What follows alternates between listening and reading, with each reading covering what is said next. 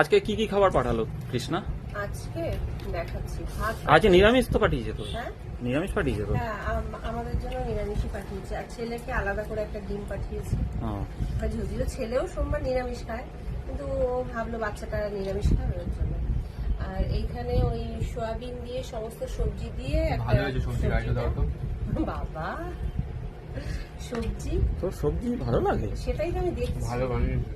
ভালো বানিয়েছে, যাক ওর ভালো লেগেছে। কৃষ্ণা তো সবজি ভালো লেগেছে না, ছেলের। কৃষ্ণা আন্টির আচ্ছা। রান্না তো আলু ভালো লাগে। ভাতে পাঠিয়েছে, তার সাথে শুকনো লঙ্কাও পাঠিয়েছে।